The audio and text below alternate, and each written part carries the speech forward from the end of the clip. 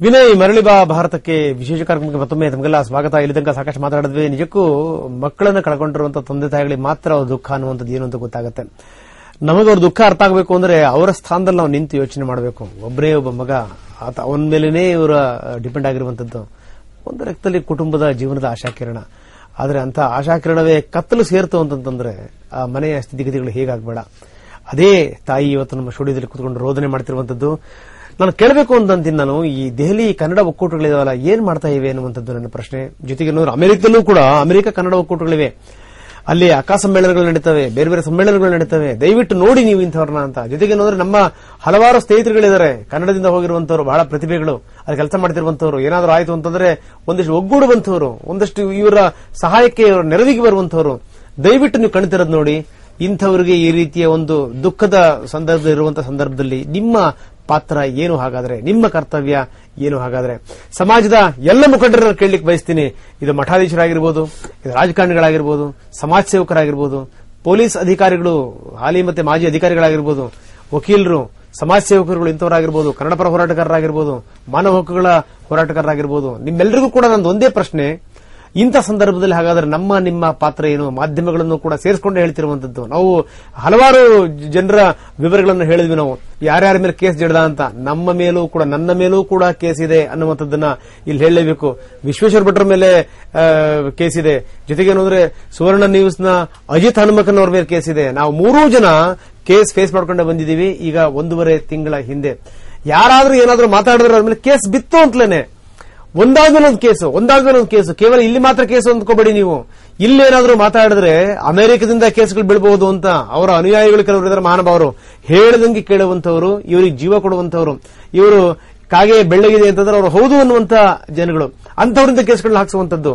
ವಾರಣಾಸಿಯಿಂದ ಕೇಸ್ಗಳು, ದೆಹಲಿಯಿಂದ ಕೇಸ್ಗಳು, ಮುಂಬೈನಿಂದ ಕೇಸ್ಗಳು, ಎಲ್ಲಿಂದ ಬೇಕಾದರೂ ಅಲ್ಲಿಂದ ಕೇಸ್ಗಳು. ಯಾರು ಉಸಿರು ಬಿಡಂಗೆ ಇಲ್ಲ.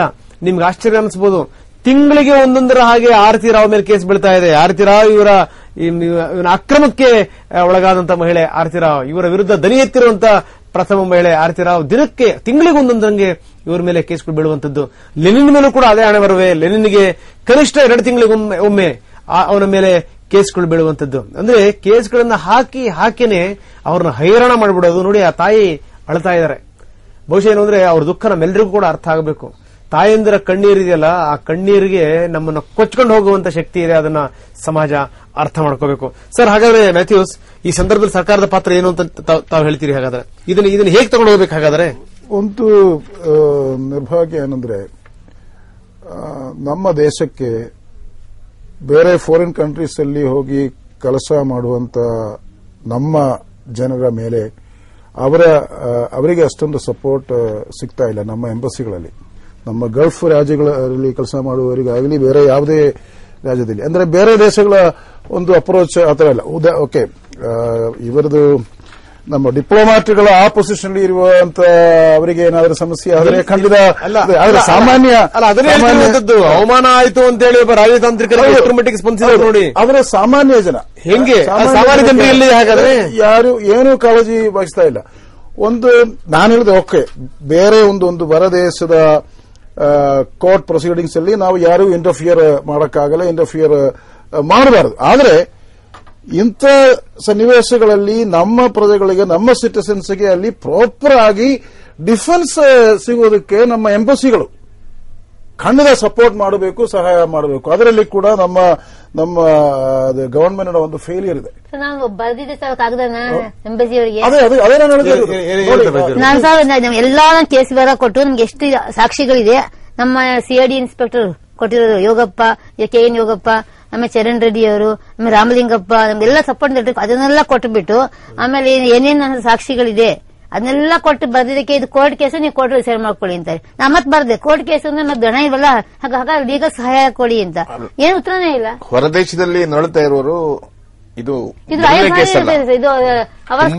ಕರ್ನಾಟಕದವರು, ಭಾರತದವರು, ಬೇರೆ ಬೇರೆ ಕಂಟ್ರಿಗಳಲ್ಲಿ ಈ ತರ ನೋವನ್ನು ಅನುಭವಿಸ್ತಾ ಇದ್ದಾರೆ.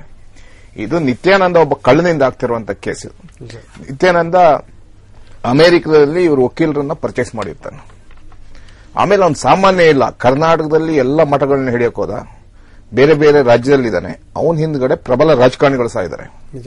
ಅವ್ರ ಬಣ್ಣ ಬಯಲಾಗುತ್ತೆ, ಇಲ್ಲಾಂದ್ರೆ ಇಷ್ಟು ಬಾಲ ಬಿಚ್ಚಕ್ಕೆ ಖಂಡಿತ ಸಾಧ್ಯ ಇಲ್ಲ. ಇವತ್ತು ಎಲ್ಲರನ್ನೂ ಎದುರಾಕೊಂಡು ಕೇಸ್ ಹಾಕ್ತಾನೆ ಅಂದ್ರೆ ಅವನಷ್ಟು ಅವನಿಗೆ ಶಕ್ತಿ ಹಿಂದ್ಗಡೆ ಇದೆ. ಆ ಶಕ್ತಿನ ಫಸ್ಟ್ ಬಗ್ಬಡಿಯುವಂತ ಕೆಲಸ ಮಾಡಬೇಕಾಗಿದೆ ಎಲ್ಲ ಸೇರಿ. ಅಟ್ಲೀಸ್ಟ್ ಏನು ಅಂದ್ರೆ ನಿಮ್ಮಲ್ಲಿ ಕೇಳುವಂತದ್ದು ಬೇರೆ ಬೇರೆ ಕನ್ನಡ ಪರ ಸಂಘಟನೆಗಳ ದನಿ ಎತ್ತಿವೆ. ಪ್ರವೀಣ್, ನಿಮ್ಮಿಂದ ನಿರೀಕ್ಷೆ ಮಾಡ್ತಾ ಇದೀವಿ ನಾವು ಅದನ್ನ. ಇಲ್ಲ, ಖಂಡಿತ ನನಗೆ ಒಂದಷ್ಟು ಕಳಕಳಿ ಇರುವಂತ ವ್ಯಕ್ತಿ, ತಾಯಿ ಜೊತೆ ಖಂಡಿತ ಕೈ ಜೋಡಿಸ್ತೀವಿ. ನಾ ಹೇಳಿದ್ನಲ್ಲ ಮೊದಲನೇದಾಗಿ, ಯಾವ ರೀತಿ ಭ್ರಷ್ಟಾಚಾರ ಅವರು ಶಿಷ್ಯರನ್ನ ಬಿಟ್ಟು ಹಣ ಕೊಡೋ ತರ ಸ್ವಾಮೀಜಿಗಳನ್ನ ಸಿಕ್ಸಾಕಿರುವಂತದ್ದು, ಬೇರೆ ಬೇರೆ ಕನ್ನಡ ಸಂಘಟನೆಯವರಿಗೆ ಸ್ವಲ್ಪ ಕಾಸು ಕೊಟ್ಟು ಬಾಯಿ ಮುಚ್ಚಿರುವಂತದ್ದು, ಇದೆಲ್ಲ ತುಂಬಾ ಅಸಹ್ಯ ಆಗ್ತಾ ಇದೆ. ಎಲ್ಲ ನೋಡಿ, ನಮ್ಮವರು ಸಹ ದಾರಿಯಲ್ಲಿ ಹೋಗ್ಬಿಟ್ಟು ತುಂಬಾ ಜನ ಆಪಾದನೆಗಳು, ಭ್ರಷ್ಟಾಚಾರ, ಎಲ್ಲಿ ನೋಡಿದ್ರು ಭ್ರಷ್ಟಾಚಾರ ಅಲ್ಲಾಡೋಯ್ತು. ಮಾಧ್ಯಮದವ್ರ ಮೇಲೆ ಕೇಸು, ಎಲ್ಲರ ಮೇಲೂ ಕೇಸು. ನಾವು ಕಾಂಗ್ರೆಸ್ ಪ್ರೆಸಿಡೆಂಟ್ ಪರಮೇಶ್ವರ್ ಅವರನ್ನು ಭೇಟಿ ಮಾಡೋಣ, ಹೋಗೋಣ ಸರ್, ಭೇಟಿ ಮಾಡೋಣ. ಅವರಿಗೆ ಆ ಶಕ್ತಿ ಇದೆ, ಒಳ್ಳೆ ಮನಸ್ಸಿದೆ. ಎಸ್ ಸರ್, ನೋಡಿ ಯಾವ ಕರ್ಕೊಂಡು ಖಂಡಿತ ಕರ್ಕೊಂಡು ಹೋಗ್ತೀನಿ ನಾನು. ನಾವು ಒಂದಿಷ್ಟು ಜನ ಹೋಗಿ ಪರಮೇಶ್ವರ್ ಅವರು ಯಾವಾಗ ಎಲ್ಲಿರ್ತಾರ ಅವ್ರ ನಂಬರ್ ತಗೊಂಡ್ಬಿಟ್ಟು ಅವ್ರನ್ನ ಭೇಟಿ ಮಾಡಿ ಇವ್ರನ್ನ ಖಂಡಿತ ಇವ್ರಿಗೆ ಯಶಸ್ವಿ ಸಿಗಲೇಬೇಕು. ಅವ್ರು ಮಾಡ್ತಾರೆ ಆ ಕೆಲಸ, ನನಗೆ ಆ ನಂಬಿಕೆ ಇದೆ ಅವ್ರ ಮೇಲೆ. ಕೇಂದ್ರ ಸರ್ಕಾರದಿಂದ ಅವರು ಮನಸ್ಸು ಮಾಡಿದ್ರೆ ಎಲ್ಲ ಕೇಂದ್ರ ಸಚಿವರನ್ನ ಭೇಟಿ ಮಾಡಬಹುದು, ಇವ್ರ ಮಗನ್ನ ಈಚೆ ಕೆಲಸ ಮಾಡಬಹುದು. ನಾವು ಕೂಡ ಆಯೋಗ ಒಂದು ಒಳ್ಳೆ ನಮ್ಮ ಅಕ್ಕ ಸಂಸ್ಥೆ ಇದೆಯಲ್ಲ, ಅಕ್ಕ ಸಂಸ್ಥೆ ಭಾರಿ ದೊಡ್ಡ ಸಮ್ಮೇಳನ ನಡೆಸ್ತಾರೆ, ಹೋಗಿದ್ದೆ ಭಯಂಕರ ಸಮ್ಮೇಳನ ನಡೆಸ್ತಾರೆ. ಈ ಸ್ವಾಮಿ, ನೀವು ಸಮ್ಮೇಳನ ಬಿಡ್ರಿ, ಸಮಾಜ ಸೇವೆ ಮಾಡ್ರಿ ಫಸ್ಟ್. ನೀವು ಈ ದೇಶದಿಂದ ಅಲ್ಲಿ ಹೋಗಿ ಹೇಳ್ತಾ ಇದಾರಲ್ಲ, ಅವ್ರನ್ನ ಬಿಟ್ಕೊಡ್ರಿ ಅಂತ ಕೇಳ್ಕೋಬಹುದು ನಾವು. ಆ ಸಮ್ಮೇಳನ ನಡೆಸ್ತಿರಲ್ಲ, ಅಷ್ಟು ಖರ್ಚು ಬೇಕನ್ರಿ ಇಂಥವ್ರಿಗೆ ಡಿಫೆನ್ಸ್ ಕೊಡ್ಲಿಕ್ಕೆ. ಇನ್ನೊಂದು ಎಕ್ಸ್ಟರ್ನಲ್ ಅಫೇರ್ಸ್ ಮಿನಿಸ್ಟ್ರಿ ಇದೆಯಲ್ಲ, ಎಂಬಸಿಯಲ್ಲಿ ಒಂದು, ಈಗ ಆ ಅಮ್ಮನಿಗೆ ಅವಮಾನ ಆಯ್ತು ಎಲ್ಲ, ಅದು ಒಪ್ಕೋತೀವಿ, ಎಸ್ ಇಟ್ ಇಸ್ ಬ್ಯಾಡ್. ಈಗ ನಮ್ಮ ಈ ಸರ್ಕಾರ ಪಬ್ಲಿಕ್ ಪ್ರಾಸಿಕ್ಯೂಟರ್ ಅಂತ ನಾವು ಇಟ್ಟಿದ್ದೀವಿ ರಾಜ್ಯದಲ್ಲೂ, ನಮ್ಮ ರಾಷ್ಟ್ರದಲ್ಲೂ. ಅದೇ ರೀತಿ ಎಲ್ಲ ರಾಜ್ಯಗಳು, ನಮ್ಮ ಇಡೀ ಎಲ್ಲಾ ದೇಶಗಳಲ್ಲೂ ಒಬ್ಬೊಬ್ಬರನ್ನ ಯಾಕೊಂದು ಟೀಮ್ ಆಫ್ ಅಡ್ವೊಕೇಟ್ಸ್ ಇಡಬಾರದು? ನಮ್ಮ ಪರವಾಗಿ, ನಮ್ಮ ರಾಜ್ಯ, ನಮ್ಮ ದೇಶದ ಪರವಾಗಿ ಪಬ್ಲಿಕ್ ಪ್ರಾಸಿಕ್ಯೂಟರ್ಸ್ ತರ ಅಲ್ಲಿ ನೇಮಕ ಮಾಡಿ, let government of India pay them. ಒಂದು 5 ಜನ ವಕೀಲರನ್ನ ನೇಮಕ ಮಾಡಕ್ಕಾಗಲ್ವಾ ಅವರಿಗೆ? ಎಸ್ ಸರ್, ಒಳ್ಳೆ ಮಾತು ಹೇಳಿದ್ರಿ. Matthew, what is your last word?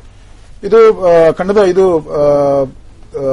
ಆಯೋಗದ ಆರ್ಡರ್ ಅನ್ನು ಫಾಲೋ ಅಪ್ ಮಾಡಬೇಕು. ಖಂಡಿತ ಅವರ ಈ ರೆಕಮೆಂಡೇಶನ್ ಎಕ್ಸ್ಟರ್ನಲ್ ಅಫೇರ್ಸ್ಗೆ ಮತ್ತೆ ಎಂಬಸಿಗೆ ಅವರು ತಲುಪಿಸಬಹುದು ಅಂತ ನಾನು ಅನಿಸ್ತೇನೆ. ಆದರೆ ಖಂಡಿತ ನಮ್ಮ ಕಡೆಯಿಂದ, ನಮ್ಮ ಸಂಸ್ಥೆಯ ಕಡೆಯಿಂದ ಖಂಡಿತ ಕಮಿಷನ್ ಜೊತೆ ಇದೊಂದು ಚರ್ಚೆ ಮಾಡ್ತೇವೆ. ಇದನ್ನ ಫಾಲೋ ಅಪ್ ಏನ್ ಮಾಡಕ್ಕಾಗುತ್ತೆ ಅಂತ ಖಂಡಿತ ನಾವು ಎಕ್ಸ್ಪ್ಲೋರ್ ಮಾಡ್ತೇವೆ. ಓಕೆ, ಸೊ ಇದೆಲ್ಲದರ ಜೊತೆಗೆ ಒಂದಷ್ಟು ಇಲ್ಲಿಂದ ಮೇಲ್ಮಟ್ಟಕ್ಕೆ ಹೋದಂತ ಸಂದರ್ಭದಲ್ಲಿ ಅದು ರಾಷ್ಟ್ರೀಯ ಮಾನವ ಹಕ್ಕುಗಳ ಆಯೋಗಕ್ಕೆ ಏನಾದರೂ ಇದು ಹೋದ್ರೆ ಅದು ಎಕ್ಸ್ಪ್ಲೋರ್, ಯಾಕಂದ್ರೆ ರಾಷ್ಟ್ರೀಯ ಮಾನವ ಹಕ್ಕುಗಳ ಆಯೋಗ ಮತ್ತೆ ನಮ್ಮ ರಾಜ್ಯ ಮಾನವ ಹಕ್ಕುಗಳ ಆಯೋಗ ಅದು independent, totally independent agencies.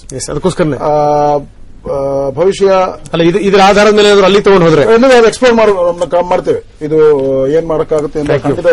Thank you so much. ಅಮ್ಮ, ನೋಡಿದ್ರೆ ನೀವು ಬಹಳ ಜನ, ಬಹಳ ಹೃದಯಗಳು ಜೊತೆಗೆ ಅಂದ್ರೆ ನಮ್ಮ ವಾಹಿನಿ ನೋಡ್ತಿರುವಂತಹ ಬಹಳಷ್ಟು ಜನ ನಿಮ್ಮ ಜೊತೆಗಿದ್ದಾರೆ. ನಮಗೆ ಅಮೆರಿಕಾದಲ್ಲಿ ಎಷ್ಟೋ ಜನ ಲಾಯರ್ಸ್ ಇದೆ ಕನ್ನಡಿಗರು, ಯಾರಾದ್ರೂ ಸಹಾಯ ಮಾಡಿ ಅಂತ ನಾನು ಎಷ್ಟೋ ಪತ್ರಿಕೆಗಳು ಕೊಟ್ಟಿದ್ದೀನಿ, ನಮ್ಮ ಸಂಘದ ಪತ್ರಿಕೆಗಳಲ್ಲಿ. ಯಾರಾದ್ರೂ ಒಬ್ಬರು ಇದುವರೆಗೆ ನಂಗೆ ಏನೂ ಉತ್ತರ ಬಂದಿಲ್ಲ. ಯಾರಾದ್ರೂ ಅಂತ ಅಮೆರಿಕಾದಲ್ಲಿ ಲಾಯರ್, ಕ್ರಿಮಿನಲ್ ಲಾಯರ್ಸ್ ಇದೆ, ನಮ್ಗೆ ಸಹಾಯ ಮಾಡಿ ಎಷ್ಟೋ ಅನುಕೂಲ ಆಗುತ್ತೆ ನಮಗೆ. ನಿಜ. ಜೊತೆಗೆ ಅಂದ್ರೆ ಈ ಮಾಡಬಾರ್ದು ಅಂತಲ್ಲ, ಹೆಂಗ್ ಹೋಗ್ಬೇಕು, ಹೆಂಗೆ ಅದು ಕೂಡ ತುಂಬಾ ಜನಕ್ಕೆ ಅರ್ಥ ಆಗಲ್ಲ. ಸೊ ಇಂಥ ಸಂದರ್ಭದಲ್ಲಿ ಅಲ್ಲ, ಅಟ್ಲೀಸ್ಟ್ ಇವಾಗ ಒಂದು ಏನಾದ್ರು ಕಾನ್ಫಿಡೆನ್ಸ್ ಬಂದಿದೆಯಮ್ಮ ನಿಮಗೆ? ಸ್ವಲ್ಪ ನಿಮ್ ಸಹಾಯ ನೋಡಿ ಎಷ್ಟೋ ಕಾನ್ಫಿಡೆನ್ಸ್ ಬಂದಿದೆ. ನಿಜವಾಗ ಮುಳುಗ್ತದೆ, ಒಂದು ಹುಡುಕದೆ ಆಶ್ರಯ ಸಿಕ್ಕಿದ್ರೆ ಒಂದು ಸಂತೋಷ ಆಗುತ್ತೋ ಆ ತರ ಸಂತೋಷ ಆಗ್ತಾ ಇದೆ ನನಗೆ ಇವಾಗ. ಸೊ ಇದೆಲ್ಲದರ ಹೊರತಾಗಿ ಅಟ್ಲೀಸ್ಟ್ ಏನು ಅಂದ್ರೆ ಇವರೆಲ್ಲ ಪ್ರಯತ್ನ ಪಟ್ರೆ ನಿಮ್ಮ ಮಗ ಹೊರಗಡೆ ಬರ್ತಾನೆ ಅನ್ನುವಂತ ಒಂದು ನಂಬಿಕೆ ಇದೆ ಸರ್ ನಮಗೆ. ನೀವು ಎಲ್ಲರೂ ಸಹಾಯ ಸಿಕ್ಕ, ನಿಮ್ಮೆಲ್ಲರ ಆಶೀರ್ವಾದ, ಎಲ್ಲದಕ್ಕಿಂತಾಗಿ ನಿಮ್ಗೆ ಸಹಾಯ ಮಾಡಬೇಕು ಅನ್ನೋ ಒಳ್ಳೆ ಮನೋಭಾವ ಇದೆಯಲ್ಲ, ಆ ಮನೋಭಾವೇ ನಮ್ಮ ಮಗನ ವಾಪಸ್ ಕರ್ಕೊಂಡ್ ಬರುತ್ತೆ ಅನ್ನೋ ಭಾವನೆ ನಂಗೆ ಬಿಡ್ತಾ ಇದೆ. ಎಸ್ ಅಮ್ಮ, ಖಂಡಿತವಾಗ್ಲೂ ನೀವೇನ್ ಅನ್ಕೋತೀರಿ ಅದು ಖಂಡಿತವಾಗ್ಲೂ ಆಗುತ್ತೆ. ನಾವು ಕೂಡ ಈ ಪ್ರಯತ್ನವನ್ನು ಇಲ್ಲಿಗೆ ಬಿಡೋದಿಲ್ಲ. ನಾವು ಇದನ್ನ ನಿರಂತರವಾಗಿ ನಾವು ಇದನ್ನ ಸಮಾಜಕ್ಕೆ ತೋರಿಸುವಂತ ಒಂದು ಪ್ರಯತ್ನವನ್ನು ಮಾಡ್ತೀವಿ. ನಿಮ್ಮ ಜೊತೆ ನಾನು ಇರ್ತೀನಿ. ಇಷ್ಟು ಸುಲಭಕ್ಕೆ ನಾವು ಬಿಡ್ತೀವಿ ಅನ್ನುವಂತ ಇದನ್ನ ಅಳಕನ್ನು ನೀವು ಇಟ್ಕೋಬೇಡಿ. ನೀವು ಜೊತೆಗೆ ನಮ್ಮ ಆತ್ಮೀಯರು ಯಾರ್ಯಾರಿದ್ದಾರೆ, ಜೊತೆಗೆ ಏನಂದ್ರೆ ಕಷ್ಟ ನಷ್ಟಗಳಿಗೆ ತುಡಿಯುವಂತಹ ಹೃದಯಗಳು ಯಾವ್ಯಾವಿದಾವೆ, ಕನ್ನಡದ ಹೃದಯಗಳು ಎಲ್ಲವೂ ಕೂಡ ನಿಮ್ ಜೊತೆಗೆ ಇರ್ತಾವ. Thank you very much Mathews Philip, T J Abraham ಮತ್ತೆ Praveen Shetty, thank you very much. ಇದು ತಾಯಿಯ ಮಾತು ನೋಡಿದ್ರಲ್ಲ ನೀವು. ಬಹುಶಃ ಏನಂದ್ರೆ ಮಗನನ್ನ ಕಳ್ಕೊಂಡಿರುವಂತಹ ದುಃಖ, ಎದ್ದನೊಬ್ಬ ಮಗ ಈ ರೀತಿ ಜೈಲ್ ಪಾಲಾಗ್ಬಿಟ್ರೆ ಗತಿ ಏನು ಅಂತ ಬಹಳ ಸಭ್ಯತೆಯಿಂದ ಸಂಸ್ಕೃತಿಯಿಂದ ಸಾಕದಂತ ತಾಯಿ. ಆದ್ರೆ ಆ ತಾಯಿಗೆ ಮಗನೇ ದೂರ ಆಗ್ಬಿಟ್ರೆ ಇನ್ನೇನ್ ತಾನೇ ಮಾಡ್ಲಿಕ್ಕೆ ಸಾಧ್ಯ ಅಂತ. ಹೀಗಾಗಿ ಇವು ಯಾರ್ಯಾರಿಗೆ ಸಹಾಯವನ್ನು ಕೇಳಿಲ್ಲ ಅಂತೀರಿ ನೀವು, ಎಲ್ಲರನ್ನೂ ಕೇಳಿದ್ದಾರೆ. ಆದ್ರೆ ಸಹಾಯ ಸಹಕಾರ ಬಂದಿರುವಂತದ್ದು ಎಷ್ಟು? ನಿಜಕ್ಕೂ ತೊಂದರೆಯಲ್ಲಿದೆ ಕುಟುಂಬಗಳು. ಜೊತೆಗೇನಂದ್ರೆ ಕಣ್ಣೀರಲ್ಲಿ ಕೈ ತೊಳಿತಾ ಇದ್ದಾರೆ. ಇಂಥವ್ರಿಗೆ ನಮ್ಮ ನಿಮ್ಮ ನೆರವಿನ ಅಗತ್ಯ ಇದೆ. ಅವರ ಕೈ ಹಿಡಿಬೇಕು ನಾವು. ನಿಜಕ್ಕೂ ಏನು ಅಂದ್ರೆ ಇಂಥ ಸಂದರ್ಭದಲ್ಲಿ ಕೈ ಹಿಡಿಲಿಲ್ಲ ಅಂದ್ರೆ ನಮಗೆ ಮಾನವೀಯತೆ ಮನುಷ್ಯತ್ವ ಇಲ್ಲೇ ಇಲ್ಲ ಅಂತಾನೆ ನಾವು ಭಾವಿಸಬೇಕು. ಹೀಗಾಗಿ ಏನಂದ್ರೆ ನಾನು ಕೇಳ್ಕೊಳ್ತಾ ಇದ್ದೀನಿ ಸಮಾಜದ ಎಲ್ಲ ಸ್ತರದ ನಾಯಕರುಗಳಲ್ಲಿ ನನ್ನ ಪ್ರಾರ್ಥನೆ, ದಯವಿಟ್ಟು ನೀವು ಕಣ್ಣು ತೆಗೀರಿ.